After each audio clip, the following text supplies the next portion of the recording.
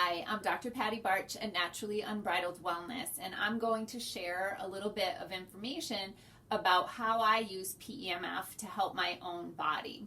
I learned this technique when I went to Atlanta for advanced training on using PEMF because as part of the training, they taught us how to pulse the hips. And I have been dealing with chronic low back and sacrum pain for a really long time. And when I went to Atlanta and they trained us on this particular technique, the next day all of my sacrum and low back pain was gone. So what happens is, because I sit at this desk and I'm looking at my computer, you can see I'm tipped forward just a little bit. Sometimes not so much, but I don't have a back on my chair, and most people don't lean back in their chair anyway. So the muscles, the psoas muscle and all the muscles and ligaments in the hips, all those attachments get tightened up, get shortened because I'm tipped forward. So these muscles get short and tight, and so then when I stand up, and sometimes even when I'm at my standing desk, my low back starts to bother me because there's so much leftover contraction in these front muscles. So Shari's going to walk us through I'm going to demonstrate how we address the hips. So come on across the hall.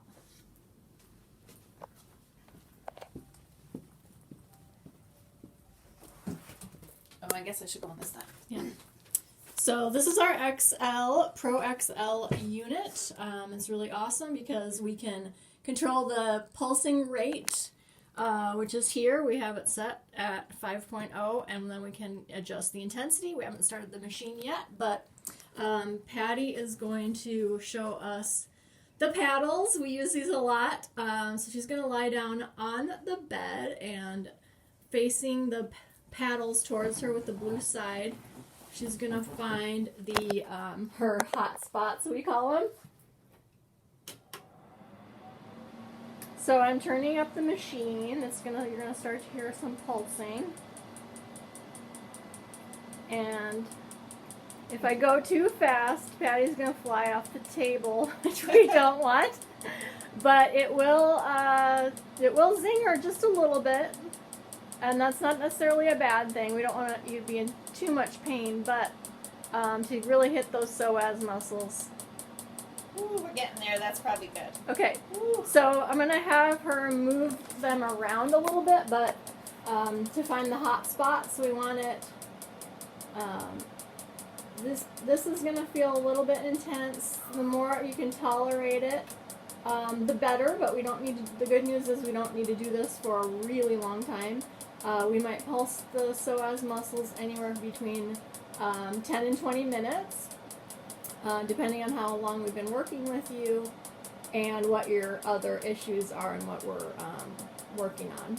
So it's interesting when I do this, it's pulsing the psoas attachment at the front, but I'm also pulsing in the back, in my glutes. So it just shows how all of these muscles talk to each other, and that by working on and releasing the ones in the front, that changes how the ones in the back work.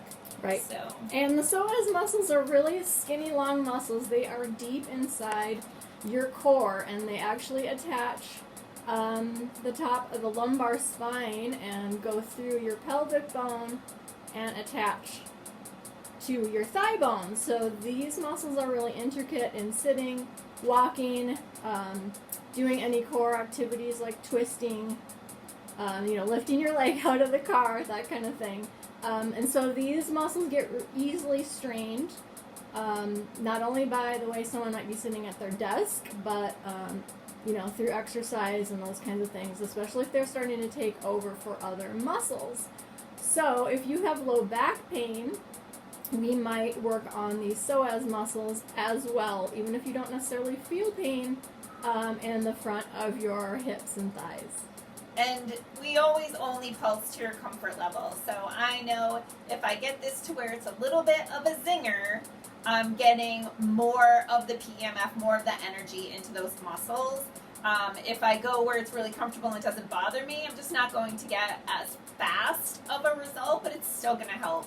But since I don't get to do this very often, I'm nailing it right now. Whew.